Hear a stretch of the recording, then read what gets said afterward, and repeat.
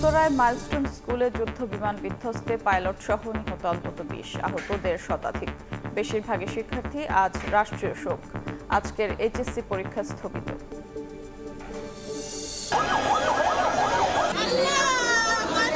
ওর কোনো আপডেট পাওয়া যায়নি। ওর হাসপাতালে, মর্গে, অনেক জায়গায় গিয়েছি। আমার বাচ্চাটার একটু সন্ধান আপনারা দেন। সন্তানের খোঁজে এক হাসপাতাল থেকে আরেক হাসপাতালে রাতভর ছোটাছুটি। স্বজনদের আহাজারি, অধিকাংশের শ্বাসনালী পুড়ে যাওয়ায় মৃত্যু বাড়ার শঙ্কা। আমাদের ফাইটার প্লেন ২০ বছর আগে আরো আধুনিক হওয়া উচিত ছিল, সেটা হয়নি। যুদ্ধাস্ত্রের ব্যাপারে কার্পণ্য করতে নেই, সেটা বিমান বাহিনী হোক, নৌবাহিনী হোক বা সেনাবাহিনী।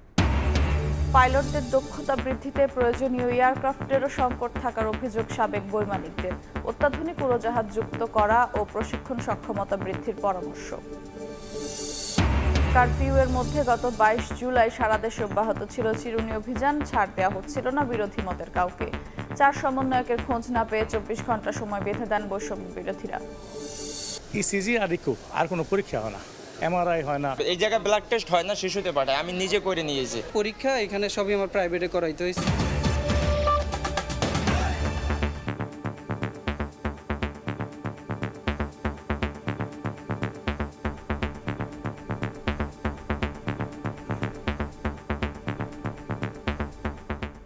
ভোরের সময় সঙ্গে আছি আমি আফরোজা মৌটুসী।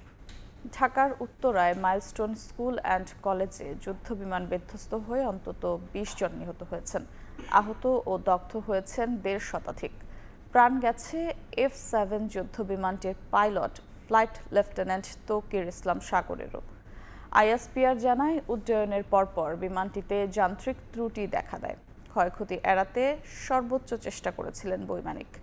বিমান বিধ্বস্তে হতাহতের ঘটনায় আজ রাষ্ট্রীয় শোক।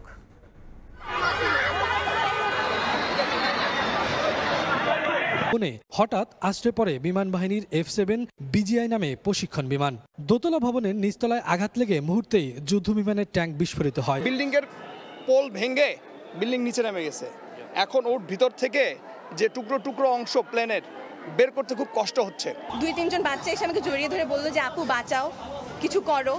ওদের চেহারা দেখার মতো ছিল না, সব পুরো চেহারা সবকিছু ঝলসে গিয়েছিল, ওদের সব ড্রেসও ছিঁড়ে গিয়েছিল, খুবই বাজে অবস্থা ছিল। কয়েক দফায় হেলিকপ্টারে করে আহতদের উদ্ধার করে নিয়ে যাওয়া হয় বিভিন্ন হাসপাতালে। আমাদের এখানে ব্লাড সংকট, প্রচুর পরিমাণ ব্লাড দরকার। আপনারা যারা আমাদের উত্তরা আশেপাশে, ঢাকা শহরের আশেপাশে যারা আছেন, ব্লাড দেওয়ার জন্য Bangladesh medical, Uttara medical college এবং কুয়েত মৈত্রীতে উত্তরার যতগুলো মেডিকেল আছে সবগুলোতে রোগী নিয়ে যাওয়া হচ্ছে।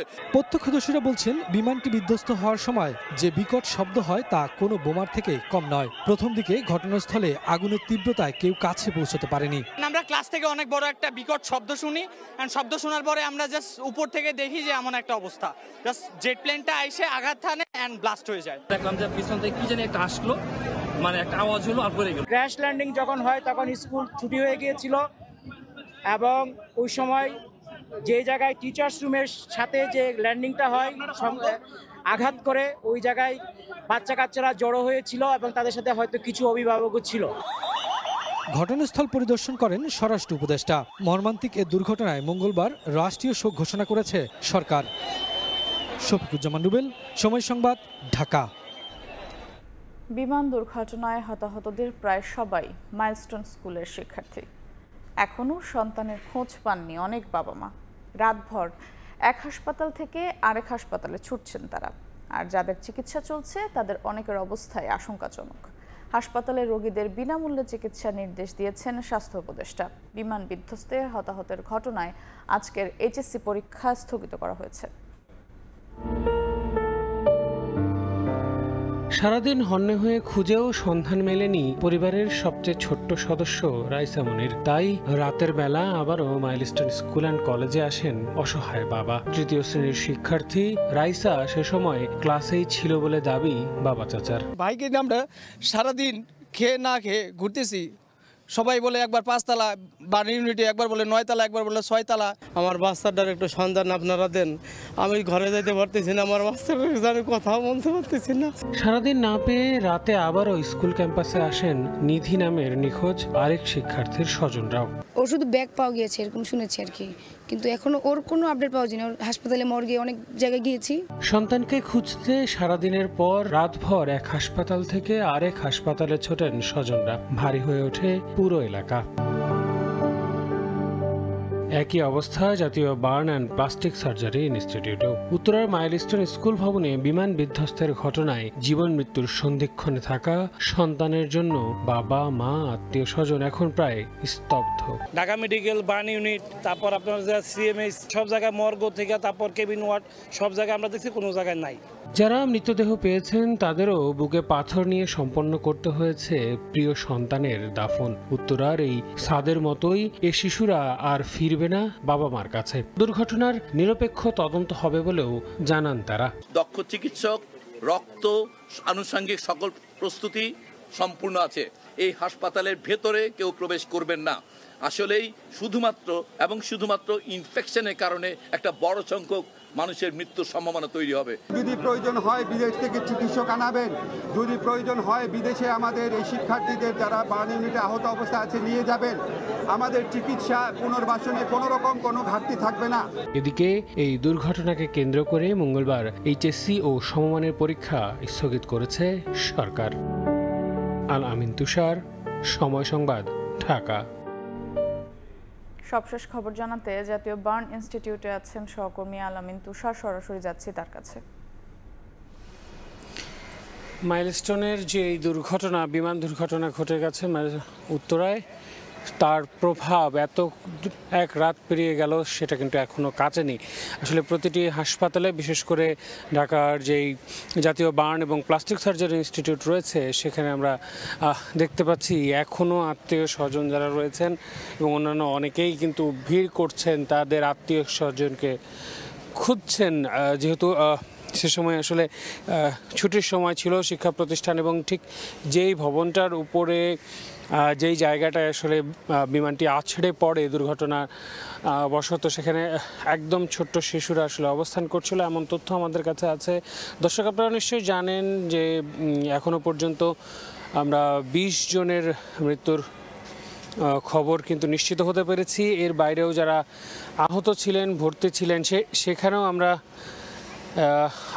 জানতে পেরেছি এখন পর্যন্ত সারা রাতে প্রায় 5 থেকে 7 জনের মতো আরও মারা গেছেন, এরকম একটি তথ্য আমরা পাচ্ছি। তবে আনুষ্ঠানিকভাবে এখনও কিন্তু ব্রিফ করা হয়নি। আমরা যেমনটা যতটুকু জানতে পেরেছি যে সকাল 8টা নাগাদ একটি আনুষ্ঠানিক ব্রিফিংয়ের মাধ্যমে সারা রাতে চিকিৎসার যে আপডেট, কী অবস্থা, ভেতরে যারা চিকিৎসাধীন অবস্থায় রয়েছেন তাদের, সেটা সম্পর্কে আমাদেরকে হাসপাতাল কর্তৃপক্ষ জানাবেন, এই তথ্য আমাদের কাছে রয়েছে। এবং এখানকার যারা আত্মীয় স্বজনরা রয়েছেন তারা যেমন অনেকেই ভেতরে তাদেরকে আসলে লাশের খোঁজ দেওয়া হয়েছে, যে তাদের যারা আসলে চিকিৎসাধীন রয়েছিলেন তারা অনেকে মারা গিয়েছেন, এরকম তথ্যেই তারা আসলে অনেকে এসে ভিড় করছেন।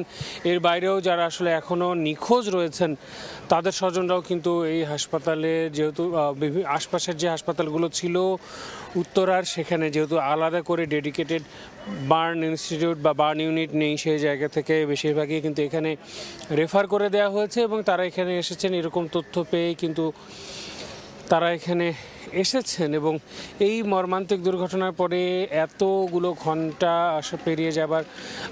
পেরিয়ে গেল, তারপরও প্রতিটি মানুষের মুখে এখানে বার্ন ইনস্টিটিউটের সামনে যারা রয়েছেন সবার মুখে সেই যে বিষণ্ণতার ছাপ, তা একদম স্পষ্ট।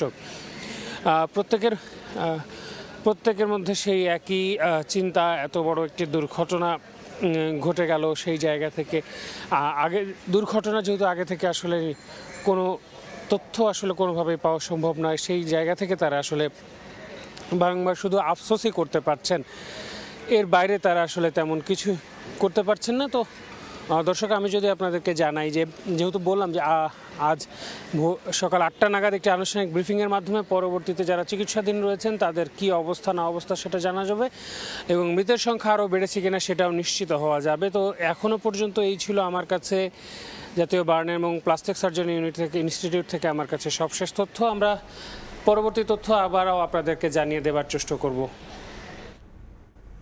সরাসরি যুক্ত ছিলাম জাতীয় বার্ন অ্যান্ড প্লাস্টিক সার্জারি ইনস্টিটিউটে। ঢাকার উত্তরায় মাইলস্টোন স্কুল অ্যান্ড কলেজে বিমান বাহিনীর প্রশিক্ষণ বিমান বিধ্বস্ত হওয়ার পর আহতদের অনেককেই নেওয়া হয় উত্তরা এর আশেপাশের বিভিন্ন হাসপাতালে। আহাজারিতে ভারী হয়ে ওঠে হাসপাতাল প্রাঙ্গণ। মাইলস্টোন স্কুলে বিমান বাহিনীর প্রশিক্ষণ বিমান বিধ্বস্তের পর চিৎকার আর আহাজারিতে ভারী হয়ে ওঠে মাইলস্টোন স্কুল প্রাঙ্গণ। আহতদের বাঁচাতে ছুটে আসেন স্কুলটির অনেক শিক্ষার্থীও। ছোট ভাই বোনদের উদ্ধারের কথা বলতে গিয়ে কণ্ঠ ভারী হয়ে আসে তাদের। গেট তো বন্ধ ছিল, পরে যারা প্রাইমারি সেকশনে 1 থেকে 5 ক্লাস যারা ছিল তাদেরকে পরে গেট ভেঙে পরে অন্য গেট দ্বারা বের করা হয়েছে। অনেকে আহত হয়েছে, অনেকে চামড়া, হাতের চামড়া এগুলো সব অবস্থা খারাপ হয়েছে। আগুনে দগ্ধ আর আহতদের উদ্ধার করে একে একে অ্যাম্বুলেন্স ছুটতে থাকে হাসপাতালগুলোর দিকে। এরই মধ্যে দুর্ঘটনার খবরে আগে থেকেই প্রস্তুতি নিয়ে রাখে উত্তরার হাসপাতালগুলো। স্বজন আর স্থানীয়রা ভিড় করেন উত্তরার আধুনিক মেডিকেল কলেজ হাসপাতালের সামনে। রক্ত সংগ্রহে ঝাঁপিয়ে পড়েন বিভিন্ন সংগঠনের স্বেচ্ছাসেবীরা। গুরুতরদের নিয়ে যাওয়া হয় জাতীয় বার্ন ইনস্টিটিউটে। সন্তানকে খুঁজতে এক হাসপাতাল থেকে আরেক হাসপাতালে ছোটেন স্বজনরা। ভারী হয়ে ওঠে পুরো উত্তরা। বাংলাদেশ মেডিকেলে ভর্তি আছে, ওনার স্বজনকে এখন পর্যন্ত খুঁজে পাওয়া যাচ্ছে না। পাবেন না ভাই, আমি অনেক খুঁজছি, আপনারা পাবেন না। ছেলেকে টিফিন খাইয়ে ক্লাসরুমে পাঠাতে যাবেন এমন সময় প্রশিক্ষণ বিমানটি আছড়ে পড়ে সামনের ভবনে। কাঁদতে কাঁদতে ভয়ঙ্কর ঘটনার বর্ণনা দিচ্ছিলেন সন্তানকে বাঁচাতে গিয়ে আহত হওয়া এক মা। আমার সামনে, আমার চোখের সামনে ভাই বাচ্চাটা জাস্ট আসতেছিল, একটা বাচ্চা, 6-7টা বাচ্চা ওখানে খেলতেছিল। স্কুলটা ছুটি হয়েছে, 2-3 বাচ্চারা, গার্জেনরা আসবে তাদের জন্য হয়তো অপেক্ষা করতেছিল। কয়েকটা বাচ্চা দোলনায় খেলতেছিল, সবগুলো যা মুহূর্তেই শেষ ভাই। এই আগুন আমি বলতে পারবো না এটা কেমন আগুন। এখনো নিখোঁজ রয়েছেন অনেক সন্তান। তাদের প্রায় সবাই শিশু, যাদের কাছে জীবন মানে হাসি, খেলাধুলা আর সুন্দর ভবিষ্যৎ গড়া। রাইদুল ইসলাম শুভ, সময় সংবাদ, ঢাকা। উড্ডয়নের পর বেশি সময় পাননি পাইলট, এমন বিশ্লেষণ তুলে ধরে সাবেক সামরিক বৈমানিকরা বলছেন উচ্চতা কম থাকায় বিধ্বস্তের আগে জনবহুল এলাকা থেকে দূরে যেতে পারেনি বিমানটি, যা বাড়িয়েছে হতাহতের সংখ্যা। পাশাপাশি বিমান বাহিনীতে অত্যাধুনিক উড়োজাহাজ যুক্ত করা ও প্রশিক্ষণ সক্ষমতা বৃদ্ধির পরামর্শ দিয়েছেন তারা। বৈমানিকদের দক্ষতা বৃদ্ধিতে দরকারি এয়ারক্রাফটেরও সংকট রয়েছে বলে মত তাদের। রক্ষণাবেক্ষণের ত্রুটি না থাকলে এমন দুর্ঘটনার আশঙ্কা কম বলে মনে করেন এভিয়েশন বিশেষজ্ঞরা। কাজল আব্দুল্লাহ রিপোর্ট। তাহলে হয়তো ঢাকা থেকে বেরিয়ে হয়তো সাভার এলাকায় সেখানে ক্র্যাশ করলেও তা পাইলটও বেঁচে যেত এবং এয়ারক্রাফটটা এত জনবহুল এলাকায় হয়তো ক্র্যাশ করতো না। কিন্তু এটা তো মাত্র 2 মিনিটের মধ্যেই এই অ্যাক্সিডেন্টটা হয়ে গেছে। রক্ষণাবেক্ষণ ঠিক মতো করা যায় সেক্ষেত্রে কিন্তু 15 বছর 16 বছর একটা এয়ারক্রাফটের শেলফ ভ্যালু কমে যাওয়ার কথা না।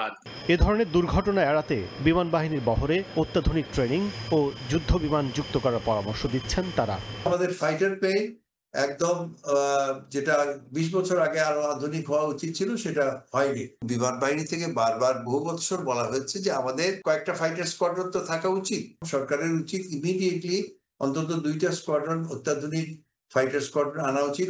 অর্থনৈতিক একটা বড় ইস্যু আছে। যুদ্ধাস্ত্রের ব্যাপারে বা প্রতিরক্ষার ব্যাপারে কখনো কার্পণ্য করতে নেই, সেটা বিমান বাহিনী হোক, নৌবাহিনী হোক বা সেনাবাহিনী। অত্যাধুনিক বিমান কেনার পাশাপাশি সঠিক রক্ষণাবেক্ষণ যেমন জরুরি, তেমনি পাইলটের দক্ষতা বৃদ্ধিতে উপযুক্ত প্রশিক্ষণের সুযোগ থাকা জরুরি বলে মত তাদের। অ্যাক্সিডেন্টের 2টা কারণ, একটা হচ্ছে ট্রেনিং যদি আপনার দুর্বল থাকে, আর 2 নম্বর যদি যথেষ্ট ফ্লাইং না হয়। এমন মনে করেন আপনার অনেক পাইলট আছে কিন্তু এয়ারক্রাফট নাই, তখন আপনি কি করবেন? বাংলাদেশে এই মডেলের বিমানের 3য় দুর্ঘটনা এটি। এর আগে 2018 সালের নভেম্বরে টাঙ্গাইলের মধুপুরের রসুলপুর ফায়ারিং রেঞ্জে মহড়ার সময় F-7BG ও 2021 সালের নভেম্বরে চট্টগ্রামের জহুরুল হক ঘাঁটি থেকে উড্ডয়নের পর বঙ্গোপসাগরে বিধ্বস্ত হয় F-7MB। তথ্য বলছে বাংলাদেশ বিমান বাহিনীর 36টি F-7 যুদ্ধবিমান রয়েছে। এর মধ্যে বেশিরভাগই F-7BGI মডেলের। যুদ্ধবিমানগুলো 2011 থেকে 2013 সালের মধ্যে হাতে পায় বাংলাদেশ বিমান বাহিনী। আর ওই বছরই এই মডেলের উড়োজাহাজ উৎপাদন বন্ধ করে দেয় চেংদু এয়ারক্রাফট কর্পোরেশন। বর্তমানে এই মডেলের বিমানটি ব্যবহার করছে শুধু বাংলাদেশ ও উত্তর কোরিয়া। কাজল আব্দুল্লাহ, সময় সংবাদ, ঢাকা। প্রথমবার একক উড্ডয়ন নিয়ে উচ্ছ্বসিত ছিল ফ্লাইট লেফটেন্যান্ট তৌকির ইসলাম সাগরের পরিবার। তাদের আনন্দ পরিণত হয়েছে আর্তনাদে। সন্তানের মৃত্যুতে শোকাতুর স্বজনরা বাকরুদ্ধ। বিমান বাহিনীর পাইলট ফ্লাইট লেফটেন্যান্ট তৌকির ইসলাম সাগর প্রথমবার একা প্রশিক্ষণ বিমান চালাবেন, এই খবরে পুরো পরিবারের সদস্যরা উচ্ছ্বসিত ছিলেন, কিন্তু তাদের আনন্দ পরিণত হলো বিষাদে।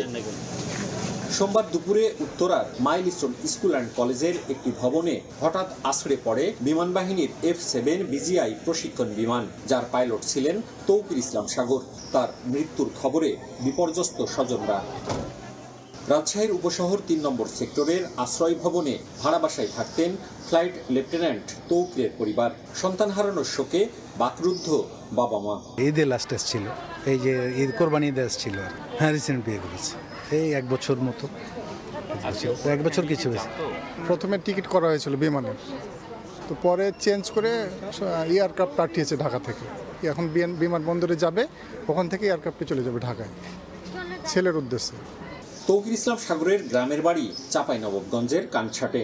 রাজশাহীর সরকারি ল্যাবরেটরি স্কুল থেকে 7ম শ্রেণী পর্যন্ত পড়ালেখা করেন। পরে পাবনা ক্যাডেট কলেজ থেকে HSC পাশের পর যোগ দেন বিমান বাহিনীতে।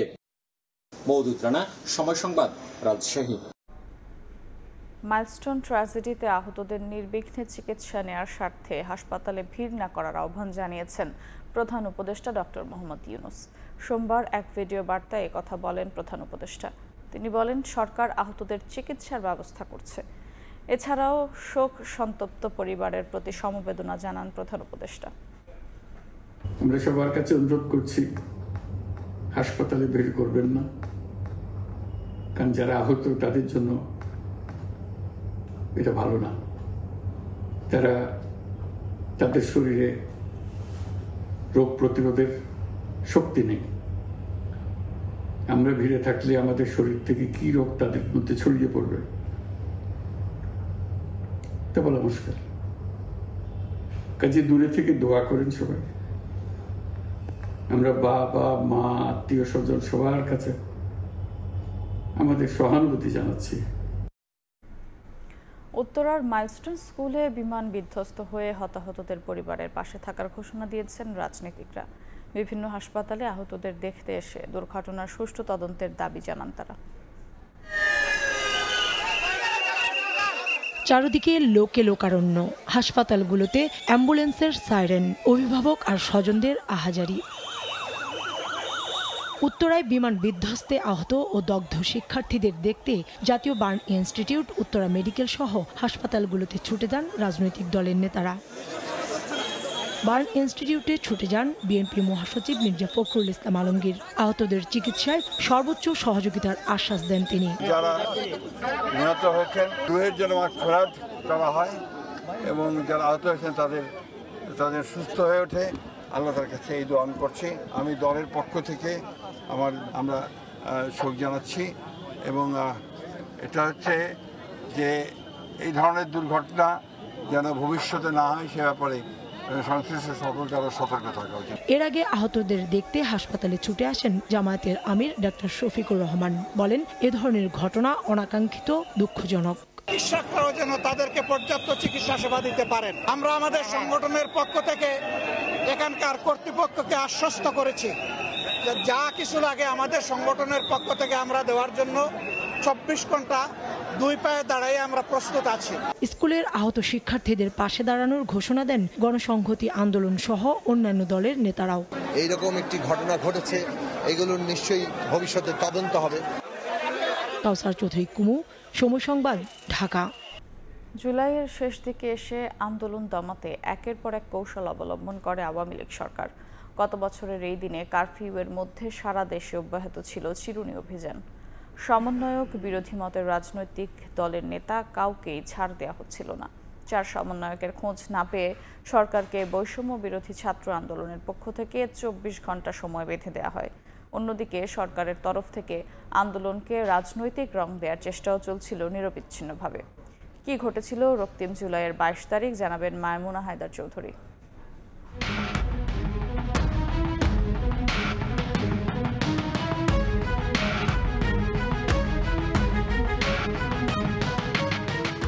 এক একটা দিন ছিল রাতের চেয়েও অন্ধকার, প্রতিটি মুহূর্ত যেন দীর্ঘ থেকে দীর্ঘতর। অন্যদিকে পাল্লা দিয়ে বাড়ছে মৃত্যুর মিছিল। রক্তাক্ত জুলাইয়ের 22 তারিখ, তৃতীয় দিনের মতো দেশ জুড়ে চলছিল কারফিউ। এর মধ্যেই তড়িঘড়ি করে কোটা প্রথা সংস্কার করে আদালতের নির্দেশ অনুযায়ী তৈরি করা প্রজ্ঞাপন অনুমোদন দেয় তৎকালীন প্রধানমন্ত্রী শেখ হাসিনা। শিক্ষার্থীদের ঢাল হিসেবে ব্যবহার করে বিএনপি ও জামাত শিবির তাণ্ডব চালিয়েছে বলে অভিযোগ তোলেন শেখ হাসিনা। একই বলি আওড়ান তৎকালীন স্বরাষ্ট্রমন্ত্রীও। কিছু উস্কানিদাতা রয়েছে, তাদের নিজস্ব উদ্দেশ্য হাসিল করার জন্য এই ছাত্রদের ঢাল হিসেবে ব্যবহার করছে। 22 জুলাই আরও 13 জন নিহতের খোঁজ পাওয়া যায়। তাদের মধ্যে 5 জন ঢাকা মেডিকেল কলেজ হাসপাতালে চিকিৎসাধীন অবস্থায় মারা যান। সব মিলিয়ে 6 দিনে নিহত হন 187 জন। তরুণ প্রজন্ম ছাত্র সমাজ এটা নেতৃত্ব দিচ্ছে এবং তারা শুরু থেকে একদম জুন জুলাই থেকে তাদের এই জায়গায় কমিটেড ছিল এবং সবসময় অনড় ছিল। তাদের উপরে যে কোনো আক্রমণ হয়েছে কিন্তু তারা পিছু হটেনি, নেগোসিয়েশন করেনি। কারণ ওই মুহূর্তে আমাদের যে যার কথাই বলেন না কেন, তাদের এই জায়গা থেকে পিছিয়ে যাওয়ার চেয়ে বরং জীবন দিয়ে দেয়া শ্রেয়। গোটা দেশে চলতে থাকে আইন শৃঙ্খলা বাহিনীর চিরুনি অভিযান। 17 থেকে 22 জুলাই রাজধানী সহ সারা দেশে 2000-এর বেশি মানুষকে গ্রেফতার করা হয়। পরদিন 23 জুলাই পর্যন্ত কারফিউ এবং সরকারি ছুটির মেয়াদ বাড়ানোর ঘোষণা দেওয়া হয়। এদিন নিখোঁজ 4 সমন্বয়ক আসিফ মাহমুদ, আব্দুল কাদের, আবু বাকের মজুমদার ও সহ সমন্বয়ক রশিদুল ইসলাম রিফাদের খোঁজ পেতে 24 ঘন্টা সময় বেঁধে দেয় বৈষম্য বিরোধী ছাত্র আন্দোলন। এক নির্মম অরাজকতা এই দেশে নেমে আসছে। মাইমুনা হায়দার চৌধুরী, সময় সংবাদ, ঢাকা। বিএনপি চেয়ারপারসন বেগম খালেদা জিয়ার সঙ্গে সৌজন্য সাক্ষাৎ করেছেন ঢাকাস্থ ভুটানের রাষ্ট্রদূত। সোমবার রাতে গুলশানের বাসভবন ফিরোজায় বেগম জিয়ার সঙ্গে সাক্ষাৎ করেন বাংলাদেশে নিযুক্ত ভুটানের রাষ্ট্রদূত দাসো খারমা হামুদর্জি। এ সময় তিনি বিএনপি চেয়ারপারসনের শারীরিক অবস্থার খোঁজ নেন এবং দুই দেশের মধ্যকার ব্যবসা বাণিজ্য, রাজনীতি ও সম্পর্ক উন্নয়নের বিষয়ে আলোচনা করেন। এ সময় উপস্থিত ছিলেন বিএনপি চেয়ারপারসনের বিশেষ সহকারী অ্যাডভোকেট শামসুর রহমান শিমুল বিশ্বাস।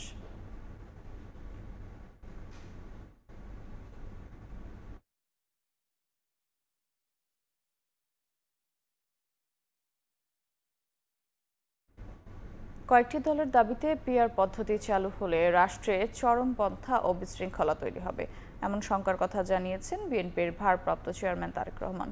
সরকারের ঘাড়ে বন্দুক রেখে যারা খবরদারি করছে তারাই নির্বাচন বানচালের চেষ্টা করছে বলে জানিয়েছেন তিনি। রাজধানীতে সম্মিলিত পেশাজীবী পরিষদের আলোচনায় ভার্চুয়ালি যোগ দিয়ে কথা বলেন তারেক রহমান। উত্তরায় বিমান দুর্ঘটনায় হতাহতদের সহযোগিতায় নেতাকর্মীদের নির্দেশ দেন বিএনপির ভারপ্রাপ্ত চেয়ারম্যান। বিগত 16 বছরে দমন পীড়ন ও নির্যাতনের শিকার এবং আওয়ামী লীগ সরকারের বিরুদ্ধে পেশাজীবীদের সোচ্চার ভূমিকা নিয়ে রাজধানীর ইঞ্জিনিয়ারিং ইনস্টিটিউশন প্রাঙ্গণে আলোচনা সভার আয়োজন করে বাংলাদেশ সম্মিলিত পেশাজীবী পরিষদ। যোগ দেন বিভিন্ন শ্রেণী পেশার মানুষ ও জুলাই এবং সরকার বিরোধী আন্দোলনের শহীদ পরিবারের সদস্যরা। অনুষ্ঠানে বিএনপির স্থায়ী কমিটির সদস্য ছাড়াও প্রধান অতিথি হিসেবে ভার্চুয়ালি যোগ দেন দলটির ভারপ্রাপ্ত চেয়ারম্যান তারেক রহমান। উত্তরায় বিমান দুর্ঘটনার কারণে আলোচনা সংক্ষিপ্ত করা হয়। বক্তব্যে তারেক রহমান হতাহতদের সর্বাত্মক সহযোগিতায় দলের নেতাকর্মীদের নির্দেশ দেন। আমি আমার বিভিন্ন নেতৃবৃন্দের সাথে কথা বলছিলাম, প্রচুর ব্লাডের প্রয়োজন হচ্ছে সম্ভবত হসপিটালগুলোতে, যেহেতু ব্লাডের শর্টেজ আছে। এরই মধ্যে আমাদের কর্মীদেরকে নির্দেশনা দেওয়া হয়েছে যে সেখানে গিয়ে ব্লাড ডোনেট করার জন্য। মূল বক্তব্যে বিএনপির ভারপ্রাপ্ত চেয়ারম্যান বলেন, কয়েকটি রাজনৈতিক দলের সংখ্যানুপাতিক হারে ভোটের দাবি মূলত রাষ্ট্র ও রাজনীতিতে বিচ্ছিন্নতাবাদী, ফ্যাসিবাদ এবং চরমপন্থা বিকাশের সুযোগ করে দেবে। কয়েকটা রাজনৈতিক দল হঠাৎ করে দেশে পিআর বা সংখ্যানুপাতিক নির্বাচনী দাবি করছেন বা দাবিতে সোচ্চার হয়েছেন। বাংলাদেশে সংখ্যানুপাতিক নির্বাচনী যে ব্যবস্থা প্রবর্তনের অর্থ কিন্তু রাষ্ট্র এবং রাজনীতিতে বিচ্ছিন্নতাবাদ, ফ্যাসিবাদ, চরমপন্থার বিকাশের পথ সুগম করে দেওয়া। তারেক রহমান বলেন, সরকারের ঘাড়ে বন্দুক রেখে একটি মহল প্রভাব খাটিয়ে সুষ্ঠু নির্বাচনের পথে বাধা সৃষ্টি করছে।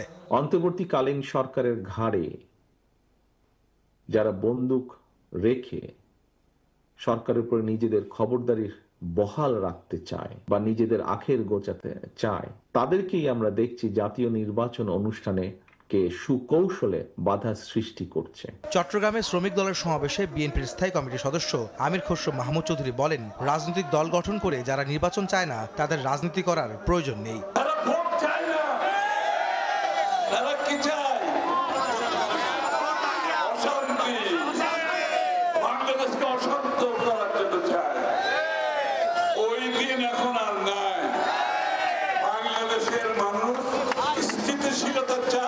শ্রমিক দলের সমাবেশ শেষে চট্টগ্রাম নগরীতে বিক্ষোভ মিছিল করেন নেতাকর্মীরা। আহমেদ সালেহিন, সময় সংবাদ, ঢাকা। একটি দল এখনো আওয়ামী লীগের সংস্কৃতিতে অভ্যস্ত, তাদের ফ্যাসিবাদী কার্যক্রম বাদ দিতে হবে। সোমবার সকালে চট্টগ্রাম থেকে খাগড়াছড়ি অভিমুখে পদযাত্রার শুরুতে কথা বলেছেন এনসিপির মুখ্য সংগঠক সার্জিস আলম। সংস্কার যদি চলমান প্রক্রিয়ায় হয়ে থাকে বিএনপির তরফে, তাহলে 31 দফাকেও তো চলমান করতে হবে। সেটাকে 31-এর মধ্যে সীমাবদ্ধ না রেখে সেটাকে 32, 33, 35-এ যেতে হবে, যেখানে ভারসাম্য থাকবে, জবাবদিহিতা থাকবে, অংশগ্রহণ থাকবে এবং বাংলাদেশ পলিটিক্যাল যে ভায়োলেন্সের জায়গাগুলো আছে সেগুলো কমে এসে শান্তিপূর্ণভাবে বাংলাদেশের গণতান্ত্রিক রাজনীতি সামনের দিকে বিকশিত হবে। ইশরাক ভাইয়ের বক্তব্য শুনে মনে হয়েছে তিনি একেবারেই তার জায়গা থেকে একদম আবেগের বশবর্তী হয়ে এই বক্তব্য দিয়েছেন। আমি পলিটিক্যাল ম্যাচিউরিটির কোনো কিছুই তার বক্তব্যের মধ্যে আসলে দেখিনি।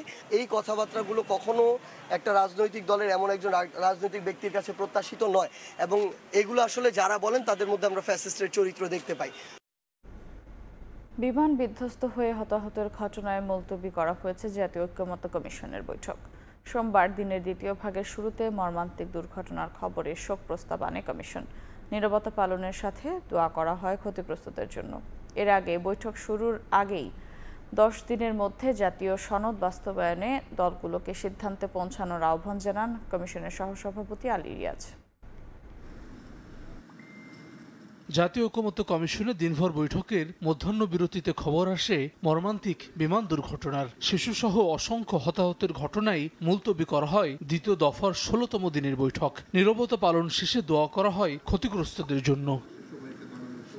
এর আগে বেলা 11টায় শুরু হয় সংলাপ। আলোচ্য সূচিতে ছিল প্রধানমন্ত্রীর একাধিক পদে থাকার বিধান এবং রাষ্ট্র পরিচালনার মূলনীতি। অংশ নেন বিএনপি, জামায়াত, এনসিপি সহ 30টি দলের প্রতিনিধিরা। আমাদেরকে ধারণা দেবেন দলীয় প্রধান ও প্রধানমন্ত্রী পদে এক ব্যক্তিকে রাখার পক্ষে বিএনপি, এর বিরোধিতা করে জামায়াত, এনসিপি। এর আগে বৈঠকের শুরুতে 10 দিনের মধ্যে জাতীয় সনদ বাস্তবায়নে দলগুলোকে সিদ্ধান্তে পৌঁছানোর আহ্বান জানান কমিশনের সহ সভাপতি অধ্যাপক আলী রিয়াজ। আগামী 10 দিনের মধ্যে আজকে সহ 10 দিনের মধ্যে সিদ্ধান্তগুলো গ্রহণ করতে, যেখানে আমরা একমত হতে পারবো আমরা একমত হব, যদি আপনাদের ভিন্ন মত থাকে ভিন্ন মত থাকবে, যদি সকলে মিলে অধিকাংশ দল মিলে যদি আমরা মনে করি যে এটা আসলে আমরা বিবেচনায় রাখতে পারবো না, তাহলে সেটা বাদ দেওয়ার ব্যাপারে কমিশন কোনো অবস্থা নেই। কমিশন মনে করে যে এগুলি গুরুত্বপূর্ণ, সেই যে কারণে উপস্থাপন করা হয়েছে। সংবিধান, নির্বাচন ব্যবস্থা, বিচার বিভাগ, দুদক ও জনপ্রশাসন সংস্কার কমিশনের 166টি সুপারিশ নিয়ে দলগুলোর সঙ্গে এ পর্যন্ত 61 বার সংলাপ করেছে ঐকমত্য কমিশন। হাসান ওয়ালি, সময় সংবাদ, ঢাকা। রাজনৈতিক দল গঠন করে যারা নির্বাচন চায় না তাদের রাজনীতি করার প্রয়োজন নেই বলে মন্তব্য করেছেন বিএনপির স্থায়ী কমিটির সদস্য আমির খসরু মাহমুদ চৌধুরী। সোমবার বিকেলে চট্টগ্রামে শ্রমিক দলের সমাবেশ ও মিছিলে প্রধান অতিথির বক্তব্যে কথা বলেন তিনি।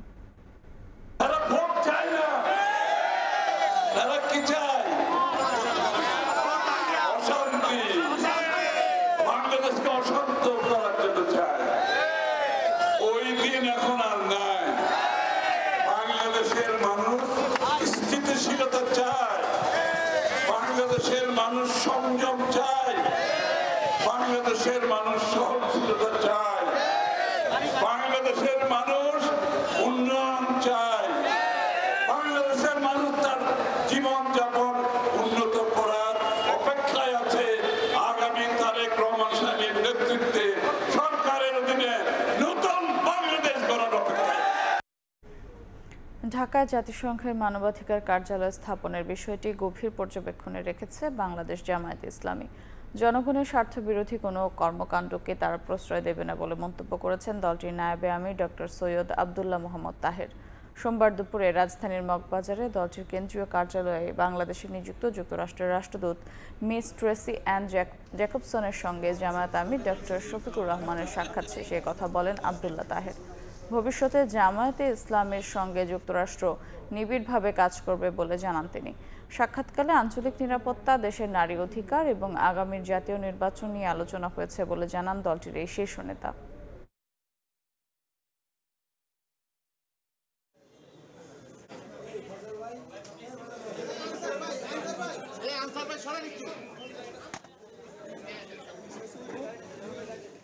আমরা মানবতা বিরোধী, আমাদের কালচার বিরোধী, আমাদের ধর্মীয় অনুশাসন বিরোধী কোনো অ্যাক্টিভিটিস করার জন্য যদি এখানে কোনো ষড়যন্ত্র থাকে তাহলে আমরা অবশ্যই এটার বিরোধিতা করব এবং আমরা বিরোধিতা করছি। এজন্য আমাদের স্ট্যান্ডটাকে আমরা ক্লিয়ারলি অবজারভেশনে রেখে আমরা আমাদের ভূমিকা নির্ধারণ করব। If it is against the interest of Bangladesh and Bangladesh people, আমরা এটা বিরুদ্ধে আমরা আমাদের অবস্থান করব।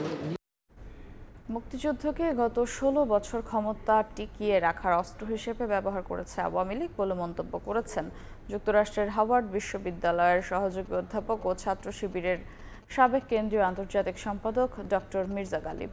সোমবার ইসলামী ছাত্র শিবির চট্টগ্রাম বিশ্ববিদ্যালয় শাখা আয়োজিত জুলাই আকাঙ্ক্ষার বাংলাদেশ আমাদের ভাবনা শীর্ষক অনুষ্ঠানে প্রধান অতিথির বক্তব্যে তিনি কথা বলেন। তিনি আরও বলেন, স্বাধীনতার পক্ষ বিপক্ষ বিভাজন তৈরিই ছিল আওয়ামী লীগের রাজনীতি। অনুষ্ঠানে উপস্থিত ছিলেন ইসলামী ছাত্র শিবির চট্টগ্রাম বিশ্ববিদ্যালয় শাখার সভাপতি মোহাম্মদ আলী। বিশেষ অতিথি হিসেবে উপস্থিত ছিলেন সাবেক কেন্দ্রীয় আন্তর্জাতিক সম্পাদক এস.এম. আমজাদ হোসাইন ও বাংলাদেশ ইসলামী ছাত্র শিবিরের কেন্দ্রীয় প্রকাশনা সম্পাদক আবু সাদিক কায়েম। শুধুমাত্র নিজস্ব ব্যক্তি স্বার্থকে আজ 1 বছর পর সে বাংলাদেশকে তোমরা কিভাবে রেখেছো? আমি নিশ্চিত, কিন্তু এই ছাত্রগুলো আমরা এখানে বাংলাদেশের সমাজ দেখতে পাই না। গত 16 বছরে বাংলাদেশে আমরা শিক্ষক সংকট নিরসন সহ 8 দফা দাবিতে বিক্ষোভ করেছেন বরিশাল টেক্সটাইল ইঞ্জিনিয়ারিং কলেজের শিক্ষার্থীরা। এর আগে তারা কলেজ অনির্দিষ্টকালের জন্য শাটডাউন ঘোষণা করে। এতে সব একাডেমিক কার্যক্রম বন্ধ রয়েছে। দাবি আদায়ে সোমবার দুপুরে কলেজ ক্যাম্পাসে বিক্ষোভ করেন শিক্ষার্থীরা। তারা বলেন, টেক্সটাইল ইঞ্জিনিয়ারিং কলেজগুলো নানাবিধ সমস্যার মধ্যে রয়েছে। তীব্র শিক্ষক সংকট, ন্যূনতম ল্যাব ফ্যাসিলিটি না থাকা সহ নানাবিধ সমস্যায় জর্জরিত। এসব সমস্যার সমাধানে 8টি দাবি তুলে ধরেন শিক্ষার্থীরা। অন্যান্য দাবিগুলো হলো ক্যাম্পাসে বরাদ্দ বাড়ানো, 3 মাসের মধ্যে মার্কশিট সহ রেজাল্ট দেওয়া, সেমিস্টার ও রিটেক ফি কমানো, শতভাগ আবাসন প্রদান, 6 মাসের মধ্যে প্রতিটি সেমিস্টার সম্পন্ন করা এবং ইমপ্রুভমেন্ট সিস্টেম চালু করা।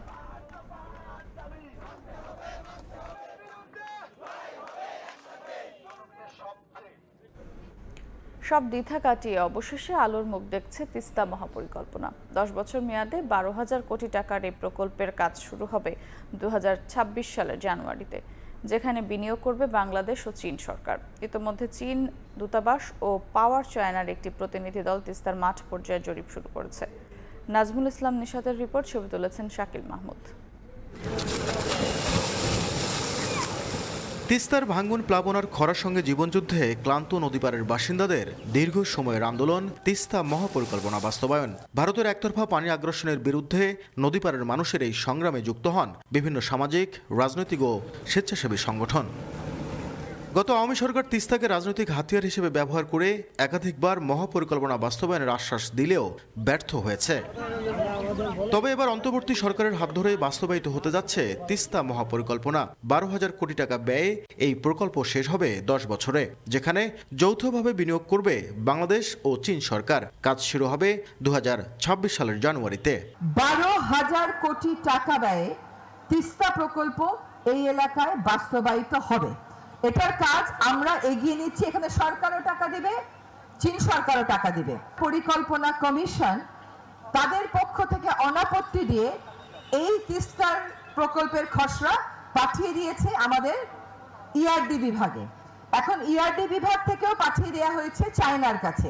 অধিকার কর্মীরা বলছেন, অন্তর্বর্তী সরকারের তিস্তা মহাপরিকল্পনা বাস্তবায়নের যে উদ্যোগ, তাতে নদীপাড়ের বাসিন্দাদের আকাঙ্ক্ষার প্রতিফলন ঘটেছে। পানি সম্পদ মন্ত্রী উপদেষ্টা রংপুরে এসে ঘোষণা দিয়েছেন যে এটা বাস্তবায়ন হবে। সেই বাস্তবায়নের অপেক্ষায় মানুষ বসে আছে এবং মানুষের মধ্যে যে আশার আলো জন্মেছে এটা যেন নিভে না যায়, এটা যেন প্রজ্বলিত থাকে। 20 জুলাই থেকে চীন দূতাবাস ও পাওয়ার চায়নার একটি প্রতিনিধি দল তিস্তা নদী এলাকায় মাঠ পর্যায়ের জরিপ শুরু করেছে। নদীপাড়ের বাসিন্দারা ছাড়াও মত বিনিময় করছেন বিএনপি, জামায়াত, এনসিপি সহ বিভিন্ন সংগঠনের সঙ্গে। নাজমুল ইসলাম নিশাত, সময় সংবাদ, রংপুর। আগামী 2 আগস্ট উদ্বোধন হতে যাচ্ছে উত্তরাঞ্চলের কয়েক জেলার মানুষের দীর্ঘদিনের স্বপ্ন গাইবান্ধা ও কুড়িগ্রামের মধ্যে সরকারি সড়ক যোগাযোগ স্থাপনকারী তিস্তা সেতু। সেতুটি বদলে দেবে নগরের দুই পারের মানুষের জীবনযাত্রা ও অর্থনৈতিক অবস্থা। সেতু উদ্বোধন ঘিরে এখন এলাকাবাসীর মধ্যে উৎসবের আমেজ। বিপ্লব ইসলামের রিপোর্ট। তিস্তার উত্তাল স্রোতের উপর দাঁড়িয়ে উত্তরাঞ্চলের কয়েক জেলার মানুষের দীর্ঘদিনের স্বপ্ন তিস্তা সেতু। দীর্ঘদিনের অপেক্ষার পালা শেষ। আগামী 2 আগস্ট উদ্বোধন হতে যাচ্ছে সেতুটি, যা বদলে দেবে নদীর দুই পারের মানুষের জীবনযাত্রা ও অর্থনৈতিক অবস্থা। গাইবান্ধার সুন্দরগঞ্জের সঙ্গে কুড়িগ্রামের চিলমারির সরাসরি সড়ক সংযোগ স্থাপন করেছে 1490 মিটার দীর্ঘ তিস্তা সেতু। 31টি স্প্যানের এই সেতুটি এলজিইডির মাধ্যমে বাস্তবায়িত হয়। আগে যেমন এলাকাটা আসিল দরিদ্র, এখন ব্রিজটা চালু হওয়ার কারণে অনেক আর কি আগে যাবে আর কি আমাদের দেশটা। উদ্বোধনের অপেক্ষায় আছি, 2 তারিখে উদ্বোধন হবে, আমাদের আনন্দ লাগতেছে। নদী কিংবা বহুপথ ঘুরে নদী পারাপার ছাড়া কোনো বিকল্প ছিল না এই অঞ্চলের মানুষের। বর্ষায় অনেক এলাকা থাকতো যোগাযোগ বিচ্ছিন্ন, এখন শেষ হতে চলেছে সেই চিরচেনা দুর্ভোগের দিন। আমাদের প্রায় সময় একেবারে এই বাজার থেকে শুরু করি ডাক্তার যত কিছু আমাদেরকে এই পারে আসতে হয়।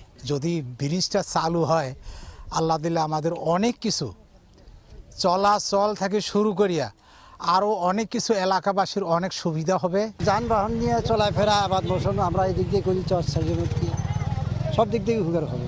সেতুর পাশাপাশি নদীর দুই পাশে প্রায় 3.5 কিলোমিটার এলাকায় রয়েছে স্থায়ী নদী শাসন ব্যবস্থা। উভয় পাশে নির্মাণ করা হয়েছে 86 কিলোমিটার সংযোগ সড়ক। বহুল আকাঙ্ক্ষিত একটি ব্রিজ, প্রায় 60-এর দশক থেকে অত্র অঞ্চলের লোকজন এই ব্রিজটির জন্য দাবি জানিয়ে আসছেন। শেষ পর্যন্ত এলজিডি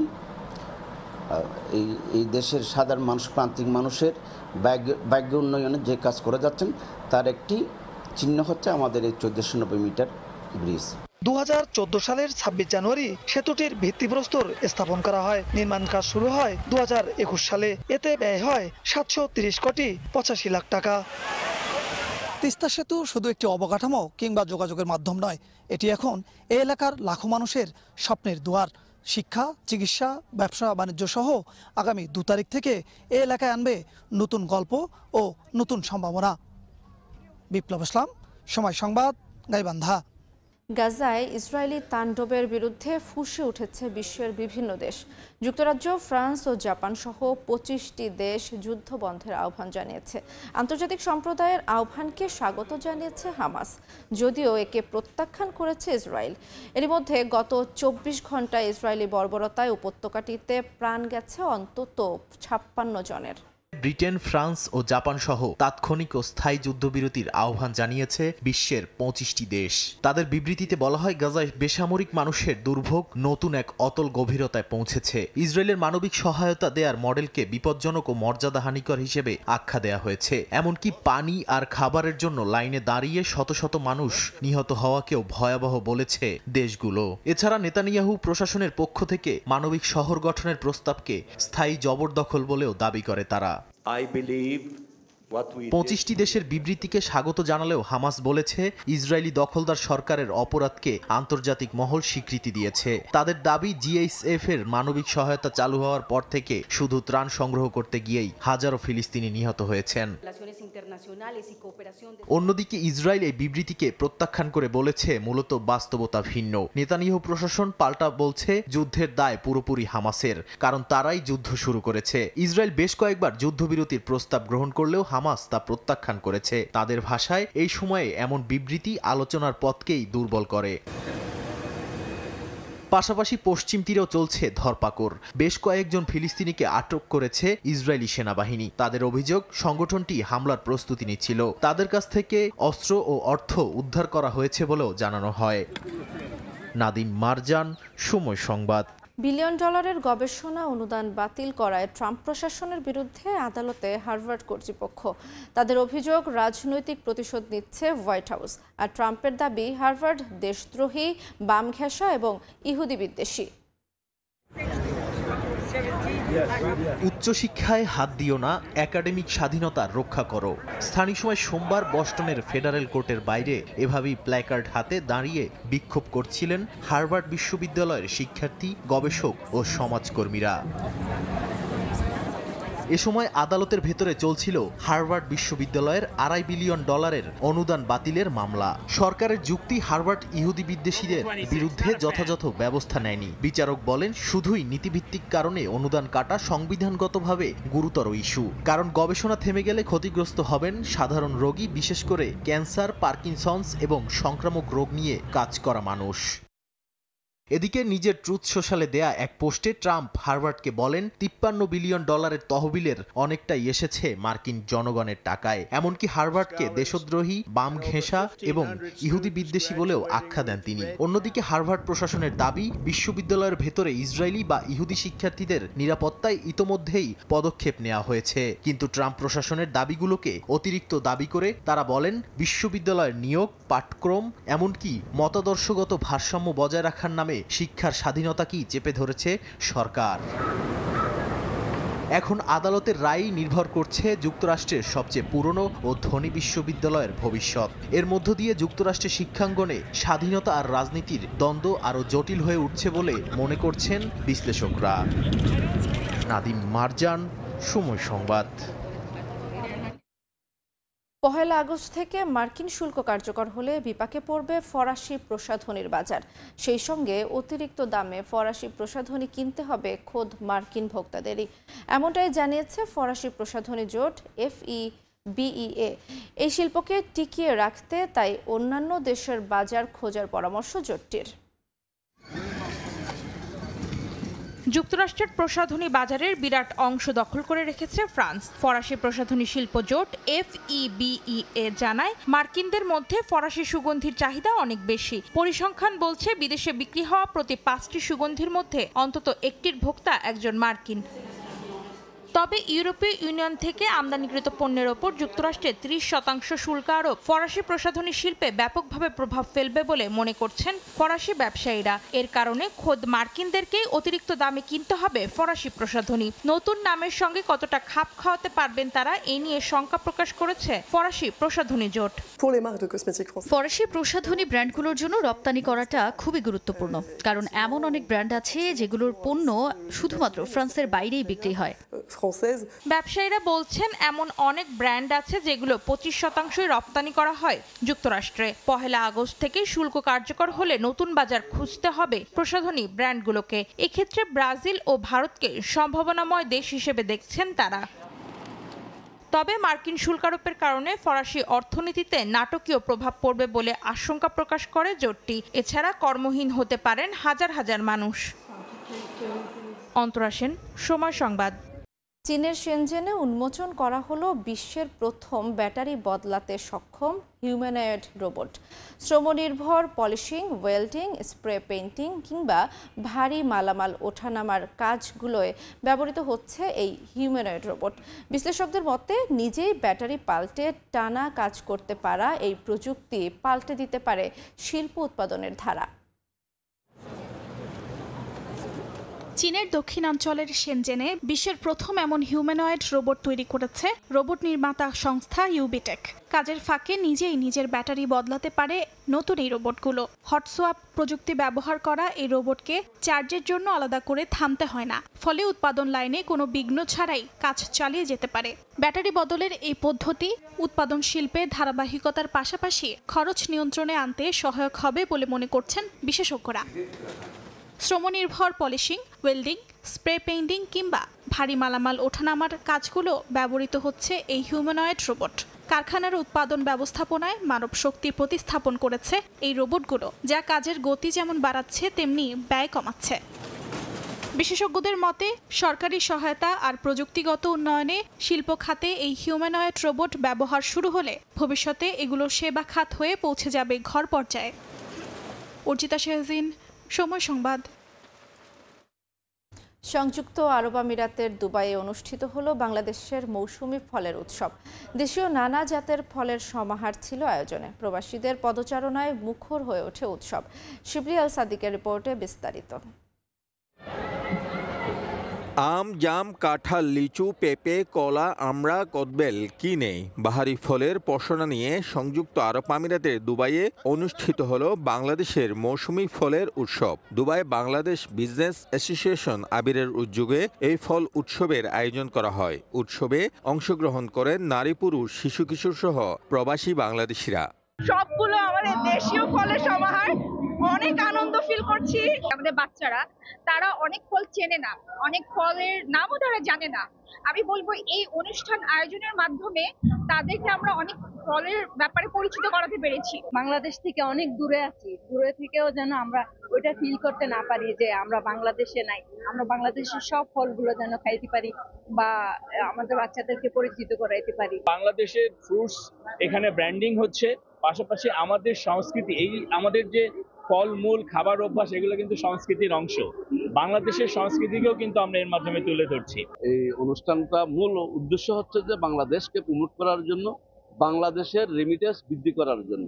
যদি সরকার যদি আমাদেরকে যদি সহযোগিতা করে, কনসুলেট এবং এম্বাসি যদি আমাদেরকে সহযোগিতা করে, এই আয়োজন ব্যাপক আকারে আমরা ছড়িয়ে দিতে পারবো। এই ধরনের ফল উৎসব দেশীয় রপ্তানি বাণিজ্য অনেকাংশে বৃদ্ধি করবে বলে মনে করছেন সংশ্লিষ্টরা। পরিসংখ্যান বলছে 2023-24 সালে বাংলাদেশ থেকে ফল রপ্তানি হয়েছে $0.02 মিলিয়ন। 2024-25 সালে এসে রপ্তানির পরিমাণ দাঁড়িয়েছে $0.09 মিলিয়ন। বিদেশের মাটিতে যে হারে বাংলাদেশের ফলের কদর বাড়ছে, তাতে আগামীতে এই রপ্তানি আরও বাড়বে বলে আশাবাদী তারা। এতে আয় হবে প্রচুর বৈদেশিক মুদ্রা। এটা আমাদের দেশের জন্য অত্যন্ত দরকার। আমরা প্রবাসী হিসাবে আমরা সবসময় আমাদের দেশকে ব্র্যান্ডিং করার জন্য চেষ্টা করি। আমাদের প্রবাসীরা কিভাবে এগিয়ে যাবে, এটা আমাদের একটা গুরুত্বপূর্ণ প্রজেক্ট। বাংলাদেশের ফলের যে মেলা, এই প্রবাসের মাটিতে আমি আজকে এসে অত্যন্ত অভিভূত হয়েছি। উৎসবে বাংলাদেশের নানা জাতের ফলের উপর চিত্রাঙ্কন প্রতিযোগিতার আয়োজন করা হয়। ছিল মনোমুগ্ধকর সাংস্কৃতিক অনুষ্ঠানও। বিদেশের মাটিতে বাংলাদেশি মৌসুমী ফলের উৎসব প্রবাসী বাংলাদেশিদের মাঝে অন্যরকম অনুভূতির প্রকাশ পায়। সংযুক্ত আরব আমিরাতে বাংলাদেশি মৌসুমী ফলের রপ্তানি বাড়াতে সরকারি নজরদারি বাড়ালে প্রচুর বৈদেশিক মুদ্রা অর্জনের সম্ভাবনা রয়েছে বলে মনে করেন সংশ্লিষ্টরা।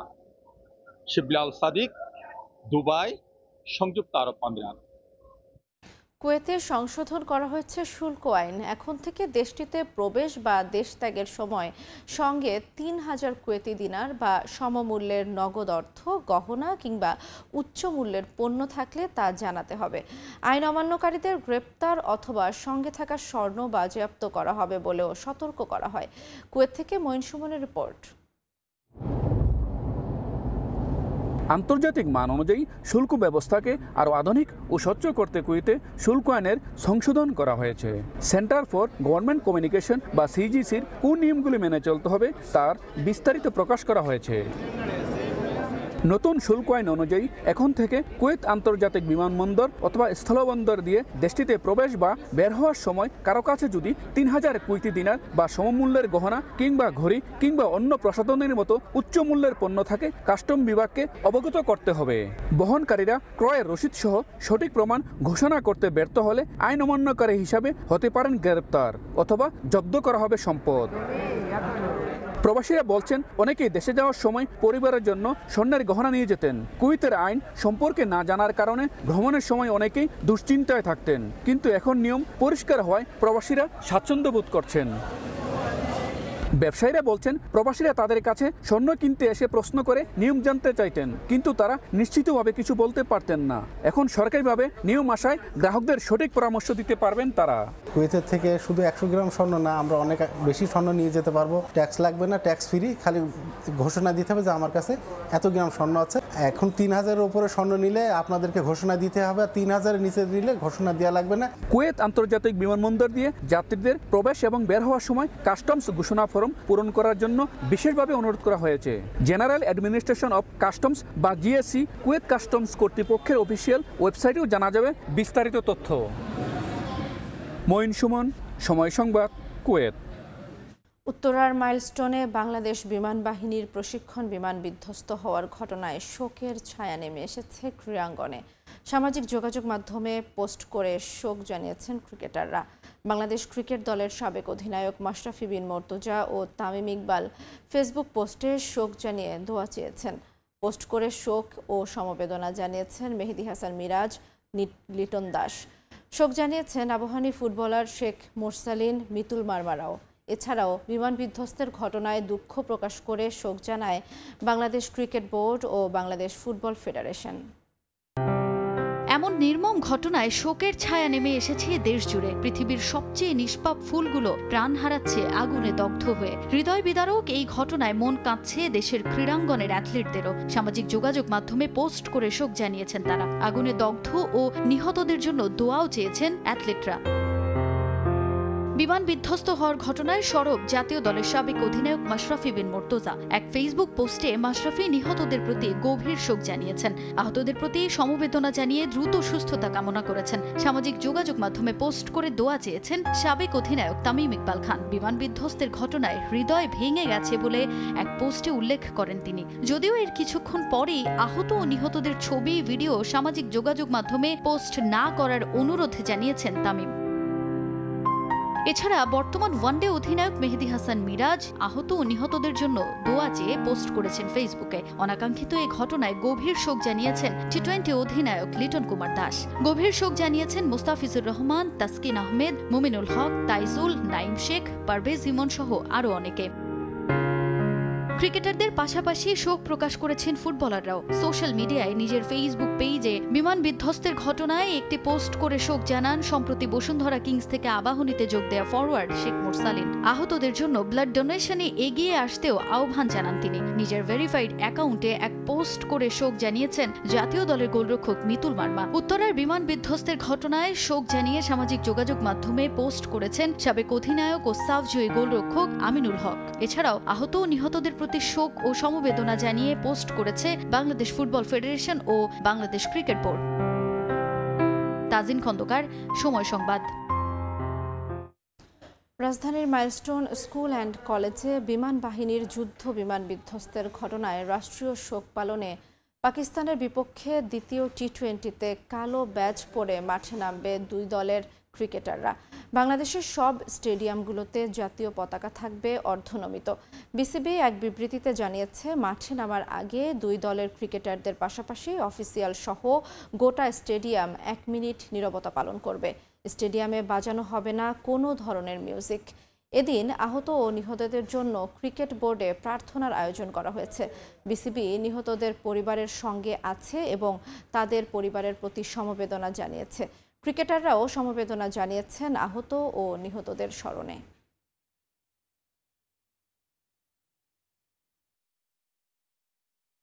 মাইলস্টোন কলেজে ঘটে যাওয়া মর্মান্তিক প্লেন দুর্ঘটনায় সকলের প্রিয়জন হারানো এবং আহতদের প্রতি আমাদের গভীরভাবে সমবেদনা এবং এই শোকের সকলের পাশে আমরা আছি এবং সকলের জন্য শান্তি কামনা করছি।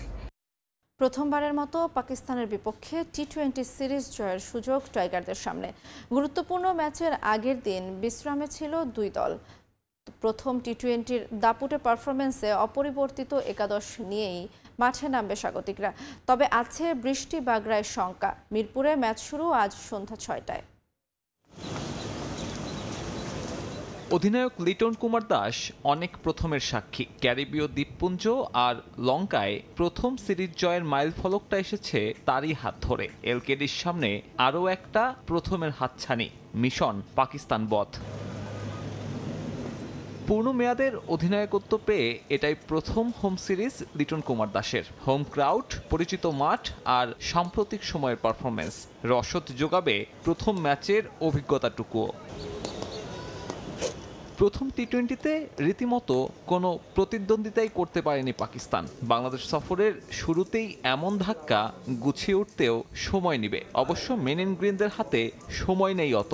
সিরিজ বাঁচাতে হলে দ্বিতীয় ম্যাচে জয় ভিন্ন কোনো পথ খোলা নেই। বাংলাদেশে এসে কেবল একদিনই অনুশীলন করেছে পাকিস্তান দল।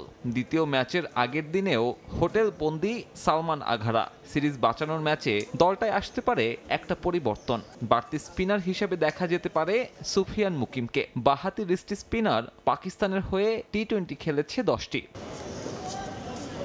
অন্যদিকে বিশ্রামে ছিল বাংলাদেশও। দাপটের জয়ের পরের দিনটা হোটেলেই কাটিয়েছেন লিটন কুমার দাসরা। স্বাগতিকদের একাদশে পরিবর্তন আসার সম্ভাবনা একেবারেই কম। 3 পেসার আর 2 স্পিনার নিয়েই সিরিজ জয়ের লক্ষ্যে নামবে লাল সবুজ। এই ম্যাচেও টস ভাগ্য গুরুত্বপূর্ণ। টানা 9 ম্যাচ পর লিটনের ভাগ্য বদলেছে। দ্বিতীয় ম্যাচেও চাইবেন টস জিতে আগে বোলিংয়ের সিদ্ধান্ত নিতে। তবে এদিন চোখ রাঙাচ্ছে বৃষ্টি। আবহাওয়ার পূর্বাভাস বলছে সন্ধ্যায় হোম অফ ক্রিকেটে সম্ভাবনা আছে বৃষ্টিপাতের। সাব্বির মিথুন, সময় সংবাদ। মিরপুরের উইকেট আনপ্লেয়েবল ছিল না, বরং নিজেদের ব্যর্থতা ঢাকতেই উইকেটের ওপর দোষ চাপিয়েছে পাকিস্তান। ম্যান ইন গ্রিন কোচের মন্তব্যের তীব্র বিরোধিতা করে এমনটা জানান বিসিবির গ্রাউন্ডস কমিটির চেয়ারম্যান মাহবুব আনাম। উইকেট নিম্নমানের হলে ডিমেরিট পয়েন্ট যোগ হতো শেরেবাংলা স্টেডিয়ামে বলেও জানান তিনি। এদিকে মিরপুরের টি-20 ম্যাচে বড় রানের ইনিংস দেখতে চান ক্রিকেট প্রেমীরা।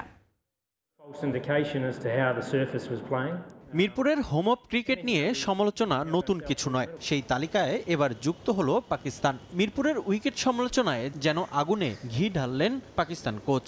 মেন ইন গ্রিনদের বিপক্ষে সিরিজের প্রথম টি-20-র ফলাফল ছাপিয়ে আলোচনায় শেরেবাংলার বৈচিত্র্যময় উইকেট। প্রায় 1 বছর পর পাকিস্তানের বিপক্ষে ম্যাচ দিয়ে ফিরেছে মিরপুরে শর্টার ফরম্যাটের ক্রিকেট। সবশেষ জিম্বাবুয়ের বিপক্ষে স্কোরবোর্ডে 150-র বেশি রান উঠলেও পাকিস্তানের বিপক্ষে তা আরও কম। বল সংখ্যার চেয়ে সালমান আগাদের রান কম আসায় হতাশ দর্শকরাও। রান বন্যা দেখা গেছে বিপিএলের বেশ কিছু ম্যাচে। বাংলাদেশ পাকিস্তান সিরিজেও বেশি রানের ইনিংস দেখতে চান তারা। তাই হোম অফ ক্রিকেটে স্পোর্টিং উইকেটের প্রত্যাশা ক্রিকেট প্রেমীদের। মিরপুর মাঠটাকে আন্তর্জাতিক লেভেলে উন্নত করা হোক।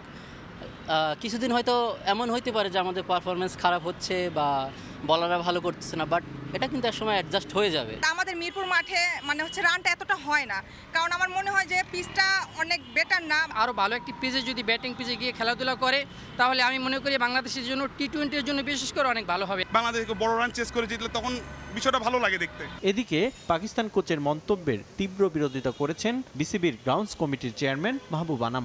আইসিসির শর্ত মেনেই মিরপুরের উইকেট প্রস্তুত করা হয়েছে বলে জানান তিনি। This was a fair wicket. আইসিসির কিছু স্ট্যান্ডার্ড আছে, সেই স্ট্যান্ডার্ডে বলের বাউন্স থাকতে হবে, উইকেটে গ্রাস থাকতে হবে, বেশ কিছু স্ট্যান্ডার্ড মেনটেন করে ওরা উইকেটকে গ্রেডিং করে। আপনি জানেন যে অনেক সময় ডিমেরিট পয়েন্টও হয়েছে। কালকের যে উইকেট ছিল সেখানে কোনো ডিমেরিট পয়েন্টের উইকেট নয়। নিজেদের ব্যর্থতা ঢাকতেই পাকিস্তান উইকেটের সমালোচনা করছে বলে মনে করেন বিসিবির এই কর্মকর্তা। ক্রিকেটাররা তাদের নিজস্ব ব্যর্থতাকে ঢাকার জন্য আইদার উইকেট অথবা আম্পায়ারিংয়ের দিকে আঙুল তুলে। আমার মনে হয় সেখান থেকে ভুলে গিয়ে তারা নর্মাল ক্রিকেট খেলুক, জয় পরাজয় থাকবেই। উইকেটে বল আসছে না সেটাও কিন্তু কারেক্ট না, কারণ আমাদের ব্যাটসম্যান ইমন যেটা বলেছে সে 5টা 6 4টা 4 মেরেছে, তার মানে আইদার বলতে হবে সে ভালো ব্যাটিং করেছে, নাহলে পাকিস্তান খারাপ বোলিং করেছে। উইকেট সমালোচনা ছাপিয়ে বাংলাদেশ সিরিজ জিতে পাকিস্তানকে জবাব দিবে এমনটাই প্রত্যাশা বিসিবির। রিফাতুল ইসলাম মিরন, সময় সংবাদ, ঢাকা। জট খুলছে না এশিয়ান ক্রিকেট কাউন্সিলের সাধারণ সভার। কোরাম পূর্ণ করতে হলে টেস্ট খেলুড়ে 5 দেশের 3 দেশকে উপস্থিত থাকতে হবে সভায়। সেক্ষেত্রে ঢাকায় ভারত, শ্রীলঙ্কা ও আফগানিস্তান না আসলে পূর্ণ হবে না কোরাম, যে কারণে বাতিল হতে পারে সভা। একই সঙ্গে উপস্থিত থাকতে হবে সহযোগী 10 দেশকে। সময় যত এগিয়ে আসছে ঘনীভূত হচ্ছে শঙ্কা। এশিয়ান ক্রিকেট কাউন্সিলের বার্ষিক সাধারণ সভা অনুষ্ঠিত হবে তো বাংলাদেশে। ভারতের ভেটুতে অনিশ্চয়তার মুখে এশিয়া কাপ আয়োজনসহ বেশ কিছু ইস্যুতে আয়োজিত হতে যাওয়া এসিসির মিটিং এই সপ্তাহের বৃহস্পতিবার ও শুক্রবার ঢাকায় অনুষ্ঠিত হওয়ার কথা গুরুত্বপূর্ণ সভার। তবে বাংলাদেশের সঙ্গে ভারতের রাজনৈতিক টানাপোড়েনের কারণে ঢাকার সভায় উপস্থিত হতে আপত্তি জানিয়েছে বিসিসিআই। একই সঙ্গে শ্রীলঙ্কা ও আফগানিস্তানকেও দলে নিয়েছে ভারত, এমন খবর প্রকাশ করেছে ভারতীয় গণমাধ্যম। আর তাতেই বেড়েছে সভা আয়োজনের শঙ্কা। নিয়মানুযায়ী সবার কোরাম পূর্ণ করতে হলে আইসিসির পূর্ণ সদস্য 5 দেশ অর্থাৎ টেস্ট খেলুড়ে দেশ বাংলাদেশ, পাকিস্তান, ভারত, শ্রীলঙ্কা ও আফগানিস্তানের 3 দেশকে উপস্থিত থাকতে হবে সভায়, তবেই গ্রহণযোগ্যতা পাবে এই মিটিং। ভারত নিজেদের আপত্তির সঙ্গে শ্রীলঙ্কা, আফগানিস্তানকে দলে নেয়ায় কোরাম পূরণ নিয়ে শঙ্কা তৈরি হয়েছে। তাছাড়া সহযোগী 10 দেশকেও উপস্থিত থাকতে হবে সবাই। এখন পর্যন্ত ভারতীয় গণমাধ্যমের দাবি সহযোগী দেশগুলোর পক্ষ থেকেও ইতিবাচক সাড়া পায়নি এসিসি। মূলত পাকিস্তান ক্রিকেট বোর্ড সভাপতি মহসিন নাকভি বর্তমানে দায়িত্ব পালন করছেন এশিয়ান ক্রিকেট কাউন্সিলের। পিসিবি সভাপতি বাংলাদেশকে নির্ধারণ করেছে এসিসি মিটিংয়ের ভেন্যু হিসেবে। পাকিস্তানের সঙ্গে ভারতের বৈরী সম্পর্কের পাশাপাশি বাংলাদেশের সঙ্গেও টানাপোড়েন চলছে ভারতের। সব মিলিয়ে ক্রিকেট রাজনীতির মার পেছে পড়েছে বাংলাদেশও।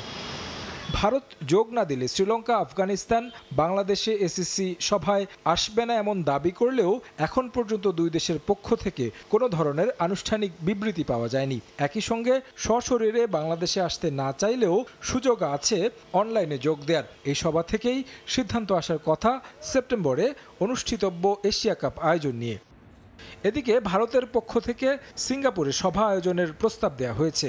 অন্যদিকে পিসিবি ও এসিসি সভাপতি মহসিন নাকভি ঢাকায় সভা আয়োজনে কঠোর অবস্থানে। এসিসির প্রতিনিধি দল এরই মধ্যে অবস্থান করছে ঢাকায়, সার্বিক সহযোগিতা করছে বিসিবি। প্রস্তুতিও সম্পন্ন। এখন দেখার বিষয় শেষ পর্যন্ত কি হয় এসিসি সভার ভবিষ্যৎ। তারেক হাসান শিমুল, সময় সংবাদ, ঢাকা।